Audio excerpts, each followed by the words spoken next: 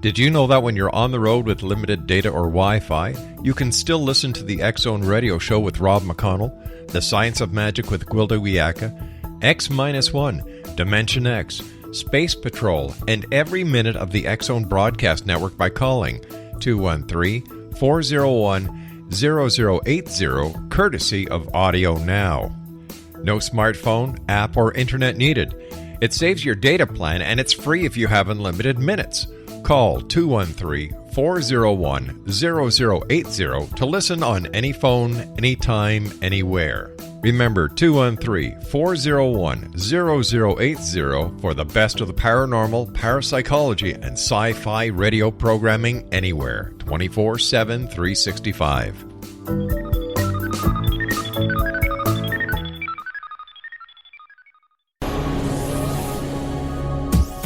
This is the X-Zone Broadcast Network, broadcasting worldwide on broadcast affiliates and satellite program providers, including CNN Broadcast Network, Sirius Satellite Network, Star Media, Good News Radio Network, Angel Broadcast Network, Wiki Broadcast Network, and WPBN TV. For more information on the X-Zone Broadcast Network, visit us at www.xzbn.net.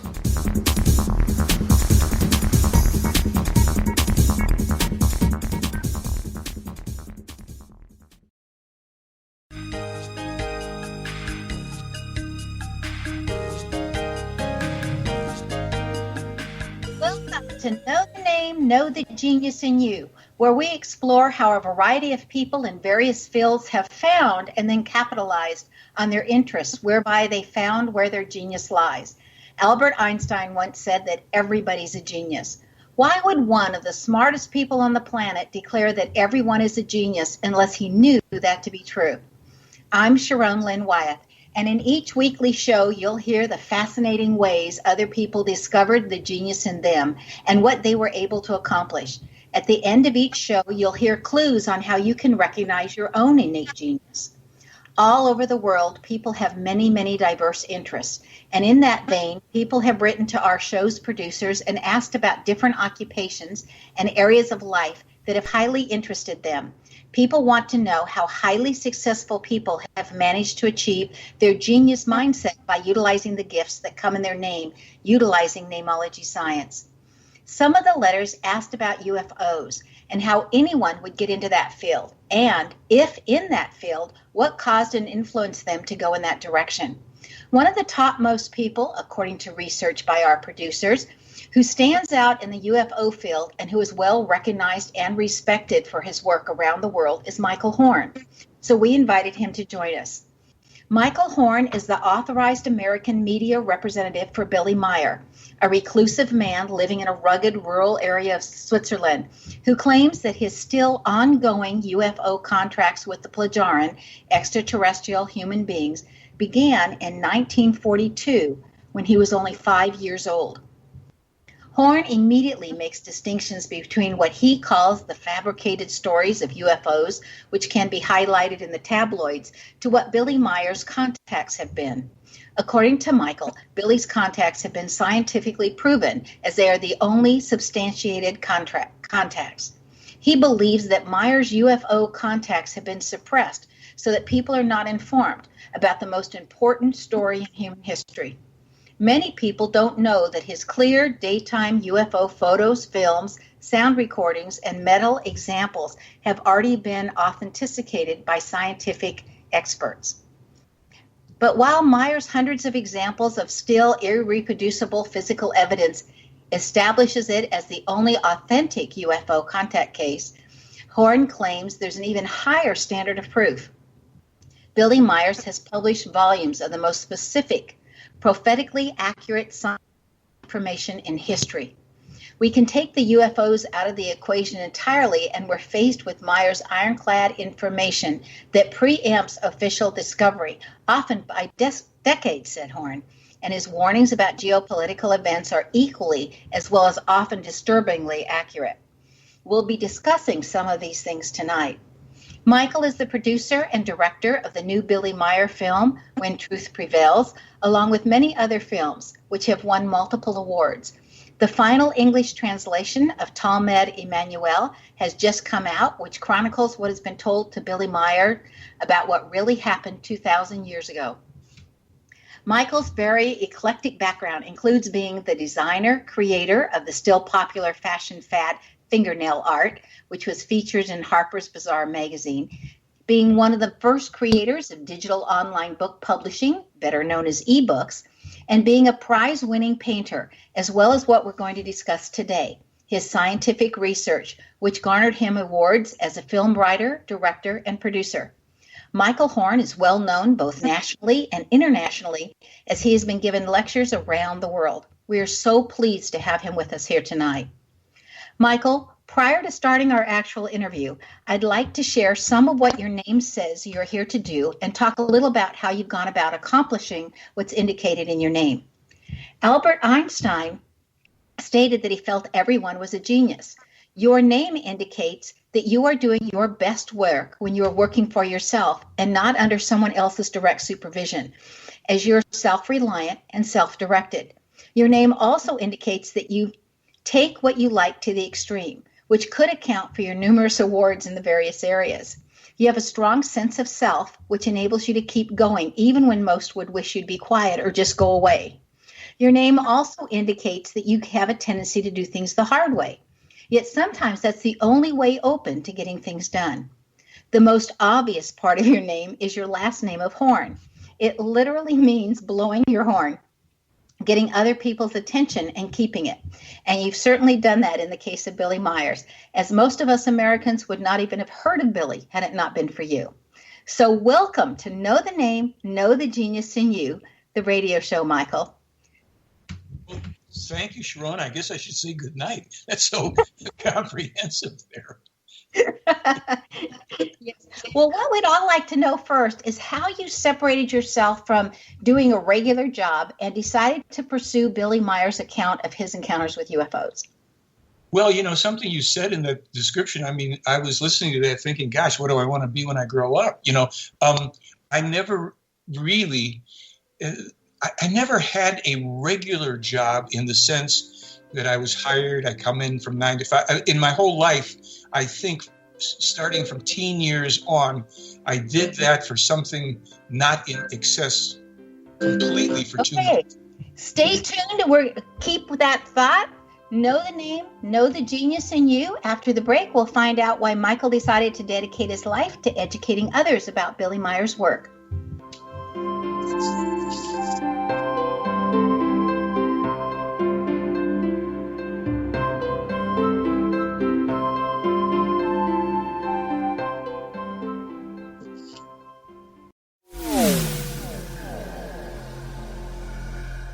This is Kevin Randall.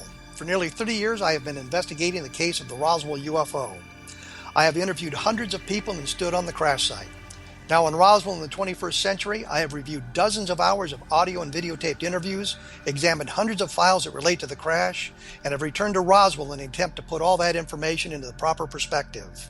For the first time in Roswell in the 21st century, I have made a dispassionate reevaluation of all that material and provide a new look at what happened.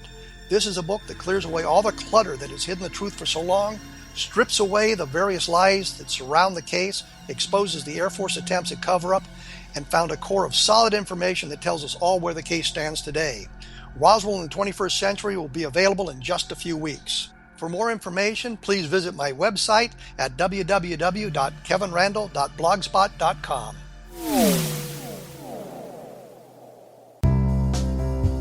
Gibbs A. Williams, Ph.D., is a practicing psychoanalyst, supervisor, researcher, and author in New York City. Much of his life has been dedicated to understanding nature and the uses of meaningful coincidences or synchronicities. His radical and original non-Jungian, non-mystical, non-magical theory of synchronicities illuminates much of the fog surrounding this challenging and perplexing topic. His ideas and manners are fresh, presented in a style that is both entertaining and highly informative. He is also an expert on crisis intervention, specially focused on violence reduction for the police and citizens, mastering anxiety, frustration, and stress without the use of medication, and effectively preventing and treating heroin addiction. Dr. Williams can be contacted at his email address at gwwilliamsny11@aol.com or visit his website at www.drgibbswilliams.com.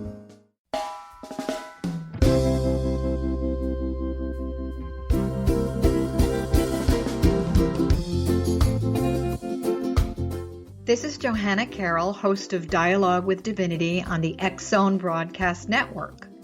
While walking along Kaanapali Beach in Maui this past year, I kept discovering all these shells and coral in the shape of hearts.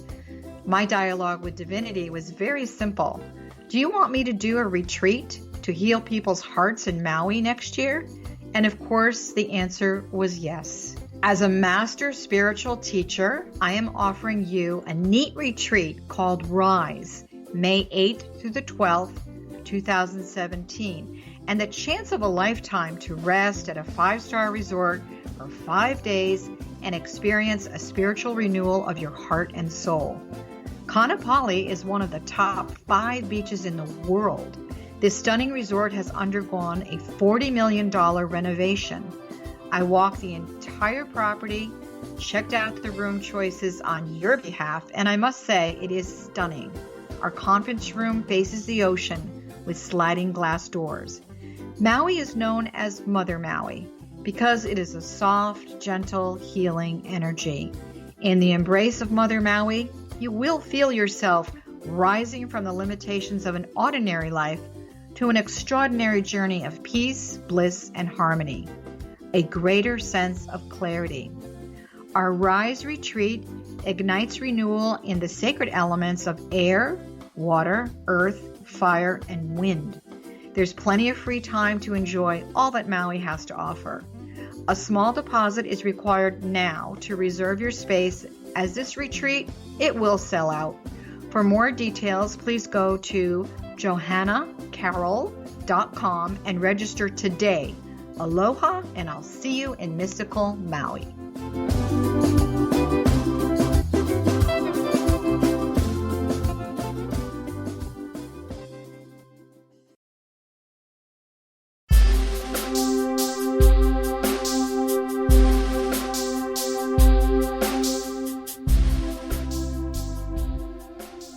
Welcome back. I'm Sharon Lynn Wyeth, and you're listening to Know the Name, Know the Genius in You. Our guest tonight is Michael Horn, and right before the break, we were learning how Michael never did have what we would call a regular job. He was always doing things a little bit different. Would you please continue with your story? Sure. I was a kind of a late bloomer, so I really hadn't done anything very disciplined other than, my own self-discipline with art and music, and up until the age of 27, 28, at which point I'd become homeless. And it started life all over again somewhere in that time period. And I started at the very, very bottom with menial jobs like, dishwasher, busboy, worked for a printer. I actually had a brief 9-day stint in a pornographic bookstore in Times Square in about 1970 or so, 69 or 70. And I worked in a deli and I worked in a house of pancakes, but these were all very, very short-term things to get, I was kind of getting into the workaday world. And it wasn't until I was about 32 that I, proceeded farther. I created a little studio for doing artwork with my wife at the time. And then she became very ill, left the family. I suddenly had to do whole other things to raise my child. So I became an independent salesperson for water filters. Nobody was doing that in about 1980 or whatever it was. And I pioneered that into setting, unique applications for Starbucks all over the world and famous restaurants like Wolfgang Puck and big hotels and what have you. And then when that was coming to an end and I came up with the idea for ebooks, I had already, as you mentioned, created fingernail art, which wasn't financially rewarding because I was way too ahead of the curve on decals and things like that. So I was always just, creating these things independently. And during the time from about 1979 on, I had found the Meier material and was beginning to look at any and everything over the next several years that would that was available. And I then, in 1986, met a guy who was representing the Meier case named Randy Winters. He and I made a film together called The Pleiadian Connection because we both knew the material. I was his opening act because another career I had was doing New Age comedy and New Age comedy music. I was his opening act, as I also had been for people like Harvey and Marilyn Diamond, who had the Fit for Life nutritional program back in the late 70s, early 80s, mid 80s. So I would watch Randy's presentation. I noted things that didn't seem to be absolutely accurate to me, and I decided to do my own presentations, which he actually helped me with. It was very nice. In the beginning in 1988, after our film, The Pleiadian Connection, was out, I was out making presentations in LA and Hawaii and things like that, and it's just evolved since then. So I've made about a half a dozen different films, and I've lectured, in London and Amsterdam, Australia, Hong Kong, Hawaii, Canada, lots of places. Rob and I met up in Canada when I was up there some time ago. So I just self-created all these things through the intention to do a thing that is to bring this material to the world. And it turns out that the way I did it is very consistent with the essential teaching in the Meier case about the might of the thoughts, how we do create our own lives and destinies. And I've also created two independent, different therapeutic processes, both of which I've done on and for therapists, one of which I was taken to Europe by a consultant to Princess Diana to teach to governmental and business people in Europe. So I've been all over the place with stuff that I just create, and if I really believe in it, like you said, maybe the hard way, I just go for it. And on top of that, I've written songs since I was 17 years old and still do, and it kind of goes on and on. Well, when did you decide to dedicate your life to getting Meier's material out to the public instead of just keeping it for yourself? Well, I started doing that, as I said, in 1988 because I had seen that the material was being represented in a way that wasn't, as far as I was concerned, fully accurate. And I did have Randy's, assistance to launch my own little mini project of lecturing on the Meier case. In 2000, I went to meet Billy for the first time. I was in Switzerland. That was the first of my 17 trips to Switzerland. In 2004 is when I asked them if I could, officially represent the information, Billy's work, just the way they want it and publish it under certain conditions, which would be that I'd still be free to be independent in my own, thinking about it. If I didn't know something was true, I wouldn't have to say it was. If I didn't agree, I could disagree, and that we wouldn't pay each other anything. It would just be done voluntarily. And that's what we did. And I'm in my second 7-year contract doing that. And I try to be very, very careful so that what they're publishing, I bring to the world. I do my own blog. I've got almost 600 separate, articles on my blog. I've got a website with hundreds and hundreds of documents on it. And I do, as you know, Sharon, many interviews and presentations whenever possible. I like to call it persona au gratin in the UFO community because they don't like that I come on and state the factual truth that the Meier case is the only scientifically authenticated, proven, singular authentic UFO contact case, and the rest of it is all anecdotal, and most of it's disinformation out there. So I don't pull punches, which means I don't get all that many presentations at UFO events, which isn't really where I need to do my presenting anyhow.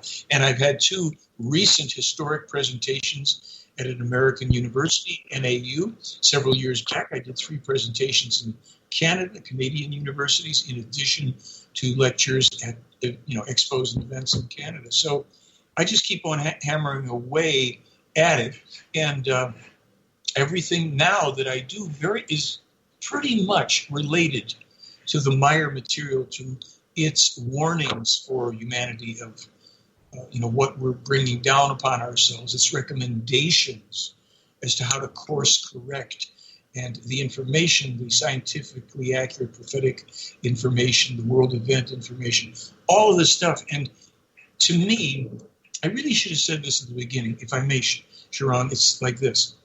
The confirmed existence of extraterrestrial life would be the single most important discovery in all of human history, exceeded only by contact with such a race. That is what the Billy Meier case is. There is no other contact, no other case that we can really call, an authentic UFO contact case. So that's why I am adamant about it. That's why I'm willing to stand up for it, because I feel it's that important to us. Well, I know that Art Buchwald, in one of his famous columns, wrote this column that literally said there is no life on Earth. And he wrote it all as if he was an alien looking down. And one of the things he said is there's these little metal things that go running along pathways and keep bumping into each other, so it'd be really dangerous to land or to go anywhere because you're going to get hit by one. And he really looked at our everyday life and wrote this beautifully humorous column on why there couldn't possibly be life on Earth. Oh, and that's about the same time that you said you took your first trip to Myers. I'm really curious on what your first impression of him was. And for our listeners who don't know Billy Myers, if you could give us just a really brief synopsis of who he is. Sure, I'll start with who Billy Meier is. Billy Meier is a now 79, almost 80-year-old man. He has one arm. He lives in the, rural highlands there above Zurich, and about 45 minutes outside of Zurich, in a rural area, rugged, full seasons, cold winters, lots of snow, the whole thing. He claims that since he was a 5-year-old boy in 1942, that he's been having voluntary, wide-awake, face-to-face meetings with human beings from another star system, that these were and are benevolent people who themselves have gone through countless millennia of evolution out of their own violence and craziness and warlike behaviors, and evolving to become true space travelers as human, real human beings, fully developed and evolved in consciousness. We would call it, we use the term spiritual a lot, and in their case it may be so. For us, it's still just to evolve our consciousness. So he claims that he's been meeting with these people, that they've taken him on vast journeys to the depths of space, places our telescopes haven't even yet seen. He's brought forth information from them on a consistent basis in over 660 of what are called official contacts. And what that means is he's had these conversations with these people since childhood, but beginning in 1975, although all conversations were indeed recorded by them, and we have access to some of the earlier ones, it wasn't until 1975 that he had what were called the official contacts, meaning that the information and the photographs and other physical evidence were meant to be presented to the world so that we could begin to comprehend that we are not alone, that there are truly highly evolved, intelligent, space-traveling races, and that one of them has actually been contacting people, very specific people only,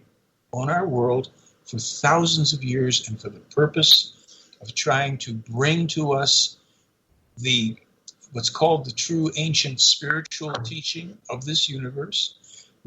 Belief-free, no religion, nothing about that, just teaching, and that this spans thousands of years through other prophets before Meier. And that, of course, is usually a very thankless job while you're alive. People try to do you in all the time. So this whole connection, this man has had this connection for 75 years to these people. And my first impressions of him it was very unusual for me, because you hear about this man. So I meet him literally almost as soon as I got to Switzerland. Another friend from Texas and I had met in New York, flown over on the same plane. We put our bags up in the hotel, bed and breakfast, really. We walked over to the center from there. It was just down the road.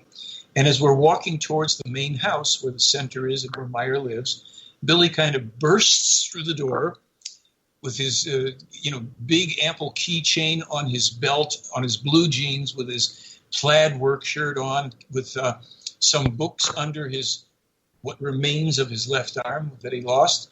And he comes out and he extends his hand and says hello. And my friend Mark says to him, Billy, I just want to thank you on behalf of all humanity. He goes into one of these big Texas presentations, and Billy stops him and simply says to him, that's all right, Mark. Never, thank you. It's my duty. And then he smiled at us and went on his way. And that stuck with me because in my homeless period, when I was just completely, I was homeless in New York City and LA for a while and trying to rediscover everything and meaning in life, I kind of came into a system, the I Ching. I was fascinated by the philosophy in the I Ching. And one of the key things that's embodied in that teaching, which is an interesting blend of Confucianism and Taoism and all that, it's kind of nice, is that to do one's duty is the highest. And to do one's duty is very important. Stay tuned to Know the Name, Know the Genius in You. After the break, we'll find out about the sound recordings of actual conversations between Myers and the Plagiaran Federation.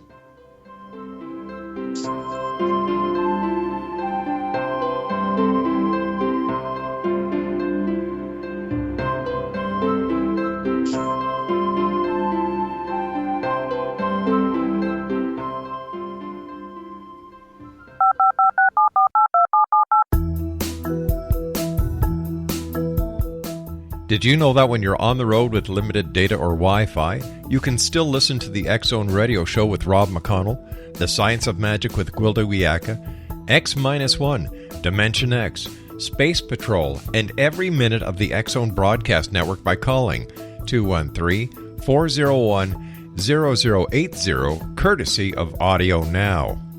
No smartphone, app, or internet needed. It saves your data plan and it's free if you have unlimited minutes. Call 213-401-0080 to listen on any phone, anytime, anywhere. Remember 213-401-0080 for the best of the paranormal, parapsychology, and sci-fi radio programming anywhere, 24/7, 365.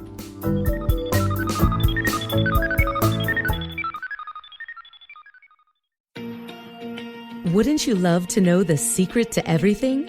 Well then, meet Dr. Kimberly McGeorge and her cutting-edge breakthrough knowledge that combines science with possibility. Dr. Kimberly brings real-life answers and healing to those open to alternative solutions. She teaches solution-based programs and classes that will change all areas of your life forever. Specializing in conscious creation, intuitive readings, and energy medicine, you can rapidly shift health, relationships, business, and money and abundance challenges quickly. Receive her best-selling book, Secret to Everything, at no cost by going to secrettoeverything.com/X-Zone. That's right, transformation can start now. Just go to secrettoeverything.com/X-Zone and receive Dr. Kimberly's book for free.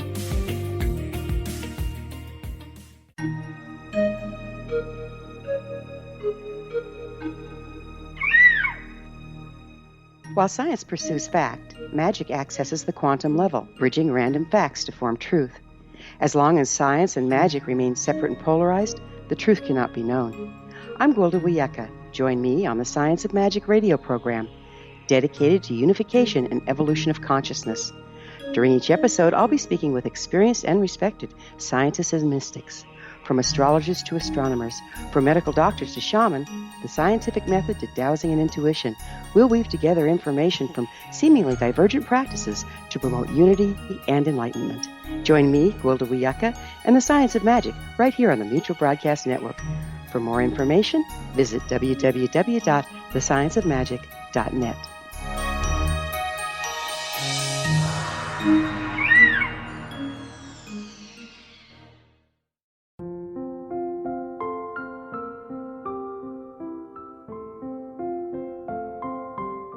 I am Dr. Carl O'Helvey, founder, president of a new cancer foundation focusing on evidence-based physical, mental, and spiritual interventions, including natural cancer cures, prayer, meditation, affirmations, nutrition, and other related holistic cancer prevention and cure modalities. These are used in cancer education, research, and financing care. I ask for your help to continue this important work by donating at www.holisticcancerfoundation.com.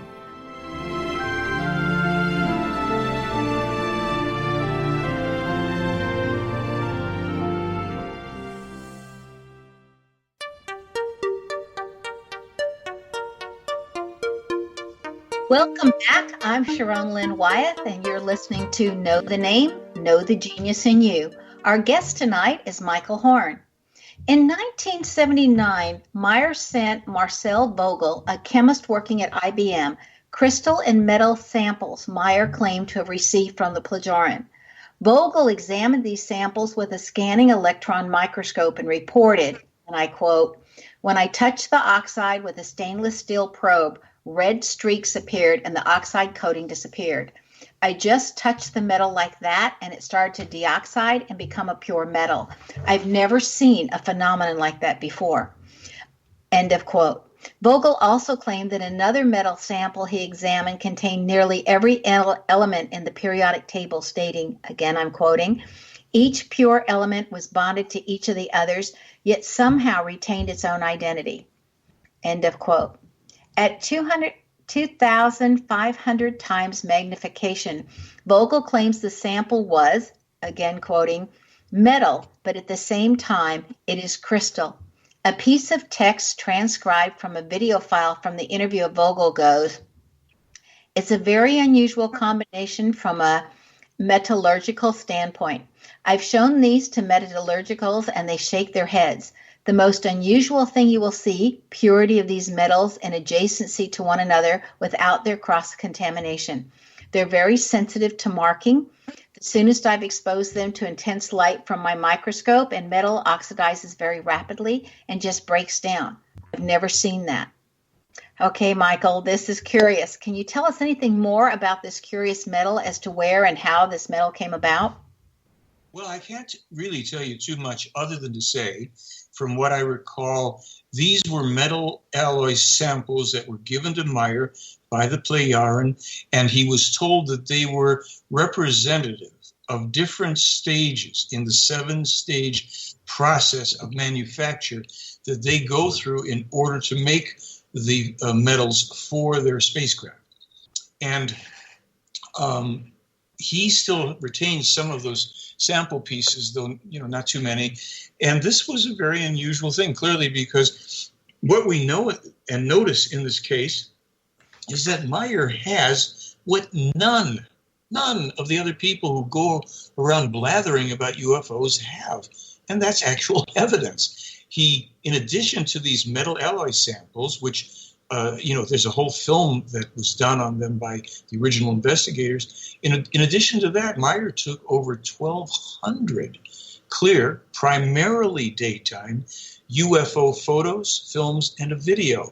He recorded the sounds of the spacecraft on 4 separate machines. And, these were analyzed and authenticated as well. They were basically deemed to be irreproducible with synthesizers. And all of this goes back to the pre-computer, pre-digital era. So Meier was presenting all of this technical and technological evidence that nobody could reproduce, and we didn't even have Photoshop and computers, nothing that he could have been tricking us on.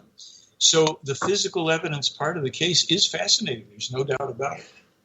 Well, on April 14th in 1976, Meier claimed to have made a 6-minute sound recording of a UFO in flight that was at the same time being pursued by a Swiss Air Force Mirage jet fighter. In your documentary Contact, Wendell C. Stevens and his investigation team received a copy of this controversial sound recording from Meier and subsequently sent it off for analysis to various sound laboratories in the United States. And I have a quote here from one of the sound engineers as he reported that the Naval Undersea Sound Center in Groton, Connecticut, they first identified all sounds not originating from the target object. Then 3 conventional aircraft were detected, 2 of which were propeller-driven. The third was a single-engine jet. Frequency graphs were prepared and a match was looked for in the sound bank archives. The third airplane was a Mirage single-engine jet fighter. No unusual characteristics were detected with respect to the conventional aircraft sounds. Additional background noises detected included a small barking dog, a crow cawing, and a European police siren, and some clicks and vibrations, possibly the clicking of a shutter on one of the cameras. No match was ever found in the sound bank for the target sounds of the spacecraft in this study. Are you familiar with that recording? I am familiar with it. I only want to correct that I am not connected with that film, Contact. That was done, as you mentioned, by Wendell Stevens and Lee and Britt Elders, the three original investigators who we thank for bringing all of this to the world originally. We would not have known about it. But yes, I am familiar with that sound recording. Also, it was 2 years ago for the first time I met one of the sound engineers himself. His name is Nils Ragnerud, and he was one of the people who worked on the sound analysis with it. Worked with another sound engineer named Steve Ambrose, and I think some of the analysis was done at Excalibur Studios in L.A., where I actually had been when I was doing some recording with some people years ago. But they processed these sounds through the Naval Undersea Lab, through Excalibur, and I think two other labs also, and they found that they would not even have been able to duplicate the sounds without using a bank of synthesizers at the time, because of the unique way that 24 separate frequencies were simultaneously interfacing and giving rise to harmonics that would produce 8 other frequencies not in the audible range. I mean, you're talking about a man standing out in the field with an Iowa tape recorder with 17 eyewitnesses, including an undercover policeman, and impossible to hoax. And he didn't. So that is among some of the, certainly more stunning physical evidence. It's an amazing, amazing thing, all of those things. Well, I can see why you find him credible. I understand you have a new book coming out, or an updated translation of a previous book called Talmud Emmanuel. Could you tell us more about this book that details the life and main characters of 2,000 years ago? Sure, thank you. It's a book that's, of course, I'm only going to be the person that's going to distribute it here in the U.S. and maybe others as well here. But this is, I think, the 5th and final English translation and edition of the Talmud Emmanuel, which is said to be the original true teaching of Emmanuel, the man who got a false identity early in our history. And that false identity, according to the information in this case, is, quote unquote, Jesus Christ, a man who they say never existed. And interestingly enough, there happens to be zero historical record that a man named Jesus Christ ever did exist. Now, considering how important that human beings' effect on all of our lives has been, you'd think if there was a person by that name that we'd have a record of it. Well, the new Talmud straightens out an awful lot of things. You'll read the real true teaching of this man. Some of the things that are in there are very similar, but with marked differences to the New Testament. You find out that Judas Iscariot was the true scribe and true friend of Emmanuel. Judas Iscariot was a similarly named son of a Pharisee. He was the one who betrayed the truth here, which caused, Emmanuel, the man's real name, according to this information, to be turned over for the persecution that he did endure and the crucifixion that occurred, which, according to this information, he survived, and which led to very interesting things afterwards, including the confusion that gave rise to the so-called resurrection, the resurrection being an absolutely impossible thing according to the laws of physics. We also learned that Emmanuel did not walk on water and he did not raise the dead. The many healings that he participated in were done primarily through basically a couple of means, one of which was his mastery of herbs and salves that he had been taught by healers in India as well, and that he applied and knew so well that he could indeed bring about wherever possible healings of physical conditions that could be treated that way. Other healings, he was able to evoke in people, meaning he could provoke them to heal themselves, which is, we're taught is really what needs to be done from here on as well in history.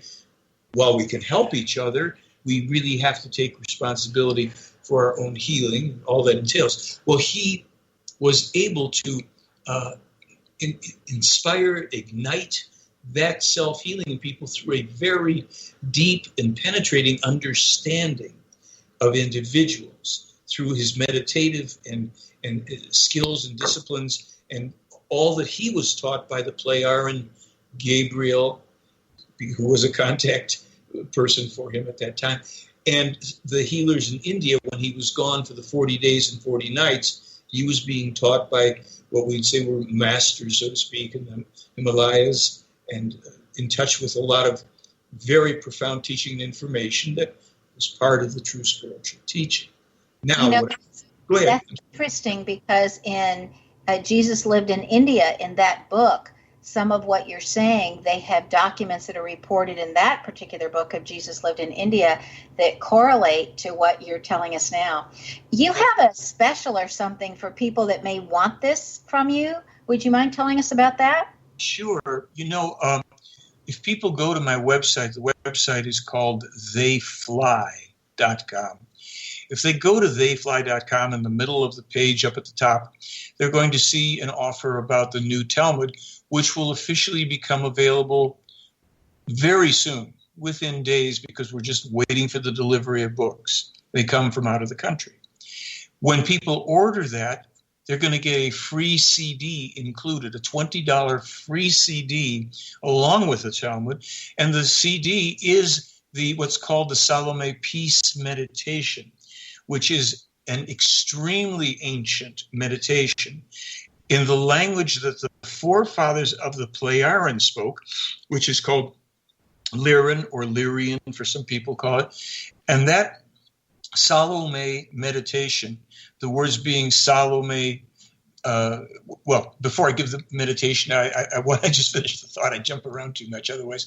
The Salome Peace Meditation is very important because it's practiced on behalf of the people of Earth by about 3.2 million, or pardon me, it's actually billion. I always get that wrong. 3.2 billion extraterrestrial human beings in the federation to which the Plejaran belong. That is done on 2 weekends a month, a total of 6 times, twice on one day, once on the other. And this meditation it is said by the Plejaran that this meditation, along with all the other, conscious people pushing for peace, has pushed back the otherwise looming Third World War now by 20 years. Wow. It also happened, strangely enough, in conjunction with the election of Trump. A lot of people would be very surprised. We could talk about it if you want. But the Salome Peace Meditation uses these ancient Lyrian words, Salome, Gamnan, Ben Urda, Ganiber, Asala, Hesperona. And this is done at each person's own pace, quietly, out loud, singing it, speaking it, whispering it, whatever. This CD that you get is nearly an hour long with some wonderful environmental sounds from Switzerland and more about the meditation. That is a wonderful offer. Stay tuned to Know the Name, Know the Genius in You. After the break, we'll find out what Michael Horn has in his name that assisted him that you may have in your name as well, along with what Meier thinks of Donald Trump.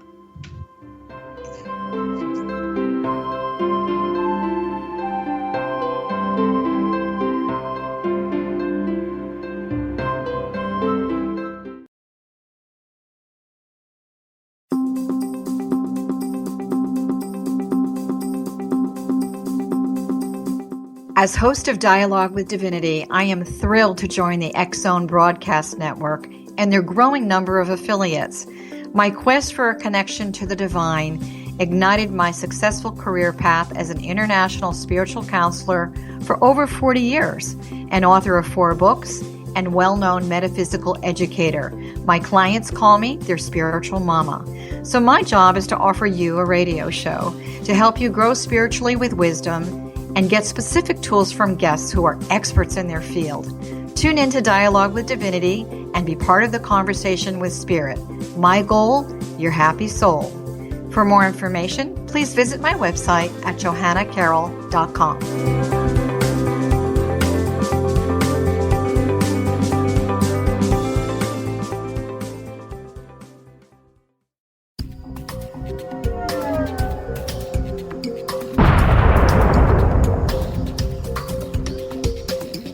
Coming soon to the X-Zone Broadcast Network is A Different Perspective with me, Kevin Randle, as your host. We'll be taking a close look at what is happening in the world of UFOs today with side trips into the paranormal. Guests will range from those who are household names to those who have a different perspective on a variety of topics. No topic will be taboo, but there will be tough questions asked as we all search for the truth about UFOs, the paranormal, and those things that excite us.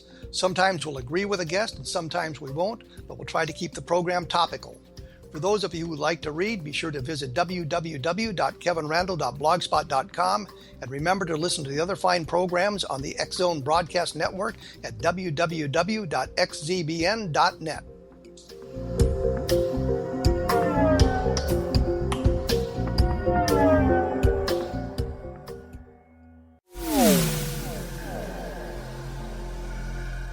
This is Kevin Randle. For nearly 30 years, I have been investigating the case of the Roswell UFO. I have interviewed hundreds of people and stood on the crash site. Now in Roswell in the 21st century, I have reviewed dozens of hours of audio and videotaped interviews, examined hundreds of files that relate to the crash, and have returned to Roswell in an attempt to put all that information into the proper perspective. For the first time in Roswell in the 21st century, I have made a dispassionate reevaluation of all that material and provide a new look at what happened. This is a book that clears away all the clutter that has hidden the truth for so long, strips away the various lies that surround the case, exposes the Air Force attempts at cover-up, and found a core of solid information that tells us all where the case stands today. Roswell in the 21st century will be available in just a few weeks. For more information, please visit my website at www.kevinrandle.blogspot.com.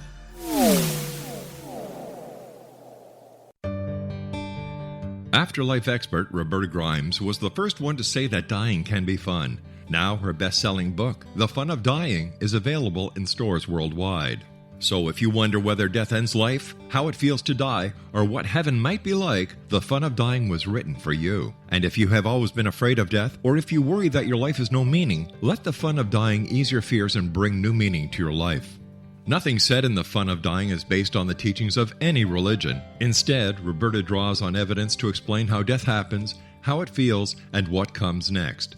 A lot of the best death-related evidence was produced in the first half of the 20th century. When it is put together with recent discoveries, it tells a consistent and amazing story.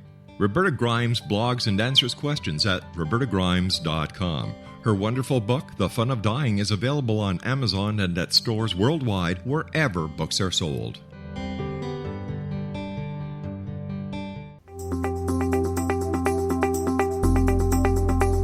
Welcome back. I'm Sharon Lynn Wyeth, and you're listening to Know the Name, Know the Genius in You. Our guest tonight is Michael Horn.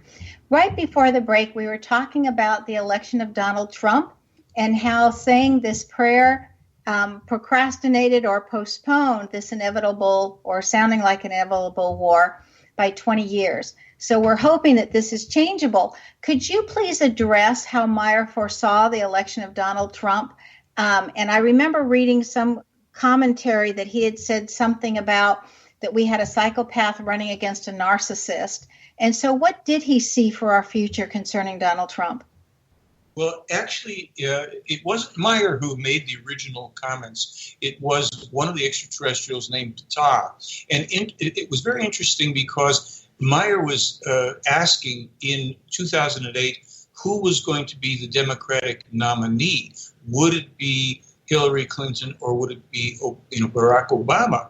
And one thing that happens both with the Play Iron and with Meier, when you ask a question, they generally only answer the exact question you've asked. They don't go into details. They don't go elaborating. They, it's just like, even if there was something you'd really want to know connected to it, if you didn't ask, you're just not going to get the answer, the additional answer you're looking for. So we go back to 2008, and Meier asks them, I'm trying to think of the exact way he put it, who's going to win it. And so Ptah, this extraterrestrial, says to him, it's going to be Barack Obama. And then, instead of just leaving it at that, he goes on to add about Hillary Clinton, that we are fortunate, the world is fortunate, that power will not rest in her hands, that she will not come into power. Now, you know that if you are, what's the way to put it? In a primary, power isn't coming into anybody's hands. Only what's happening is that the person who's going to become the candidate for the presidency is going to be, determined, not the president themselves. So when he went on to state that Hillary Clinton would not, get power would not be put in her hands, and that the world should be grateful for that, well, that was something that caught my attention, especially in retrospect, for this election. The actual words that he said after he identified Barack Obama as going to be the winner, he had said that what Meier stated about Hillary Clinton was true. She was enormously power hungry, and she doesn't give up. Nevertheless, will suffer defeat. Then he says, if she would actually come to power, then the USA and many countries of Earth would be heading for a really unpleasant future.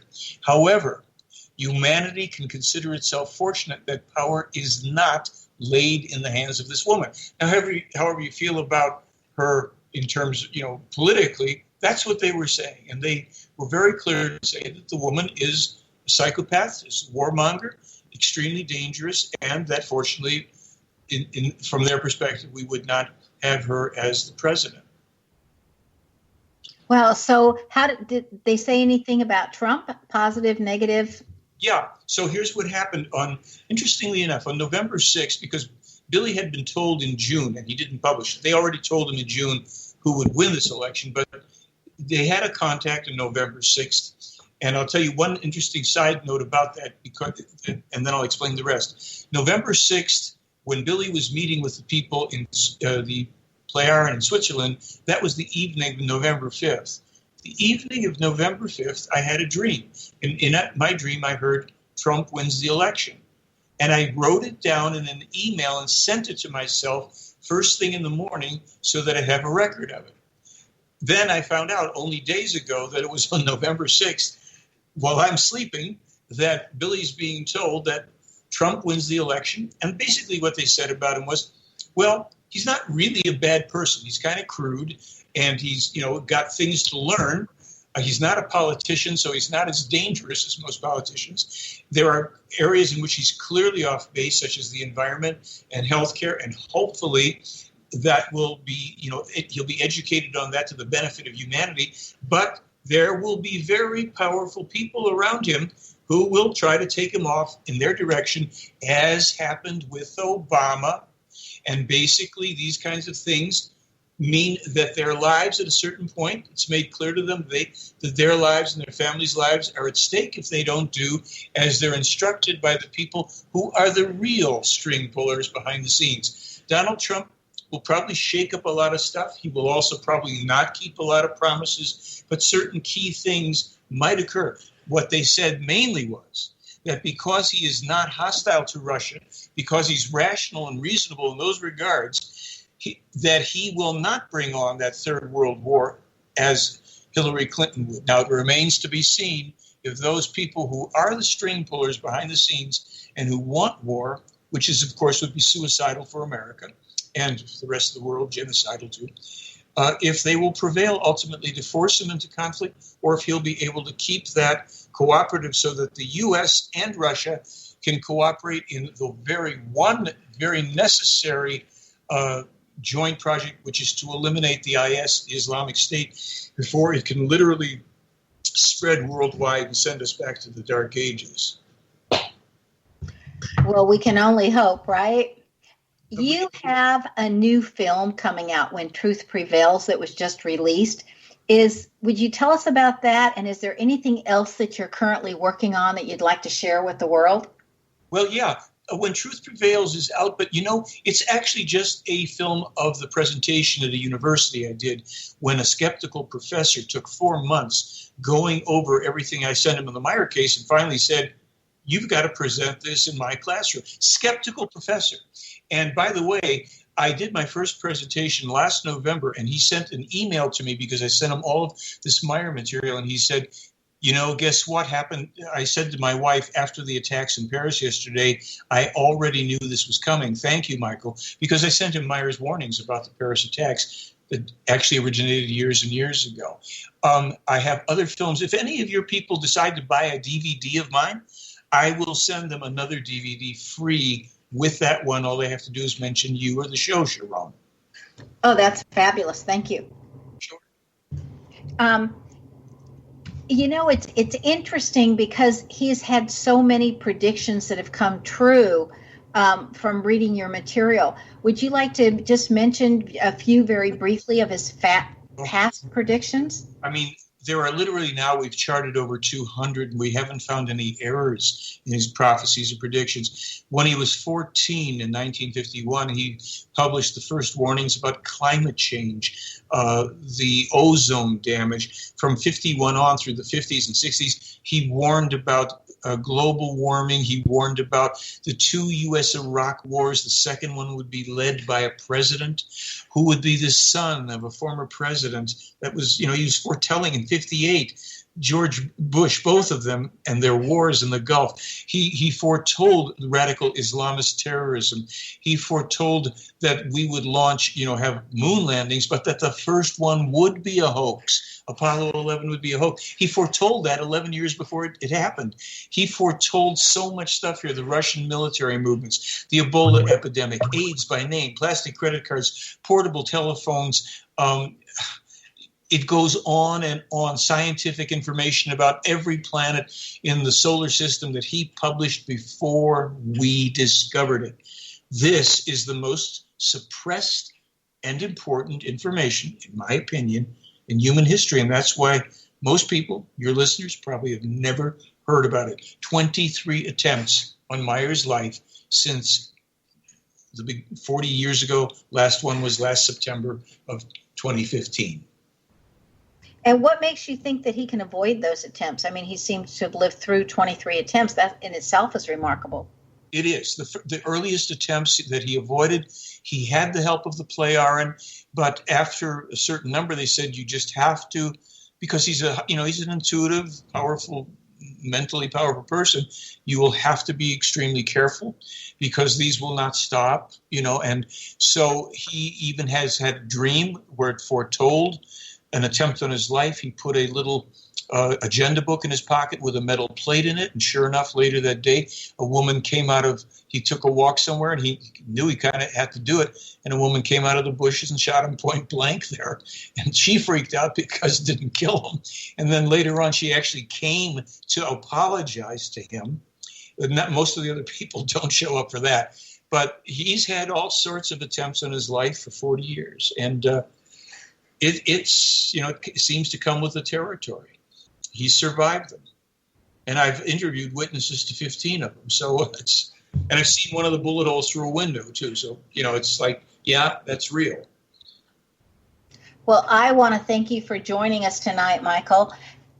For our listeners, be prepared to see plenty of controversy when you look Michael Horn up on the internet, because he has ruffled quite a few people and governments by challenging them to disprove his findings.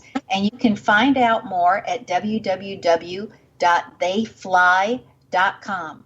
Michael Horn had challenges of making things harder than they needed to be in his name. That is represented by the CH combination in Michael. For those of you who also have a CH in your first name, remember to ask yourself if there is an easier way to accomplish what it is that you desire. Remember that often the person who has a CH in their name does things the hard way, so that when the same task comes around again, they remember how they did it last time. As if it was too easy, they may forget what they did that made it so easy. So, when finding a simple solution, write it down. That way, you find the need to make a task harder than it actually is. You'll actually remember how you did it simply the time before. Do you want to know where your genius lies? I'm Sharon Lynn Wyatt, host of the radio show Know the Name, Know the Genius in You.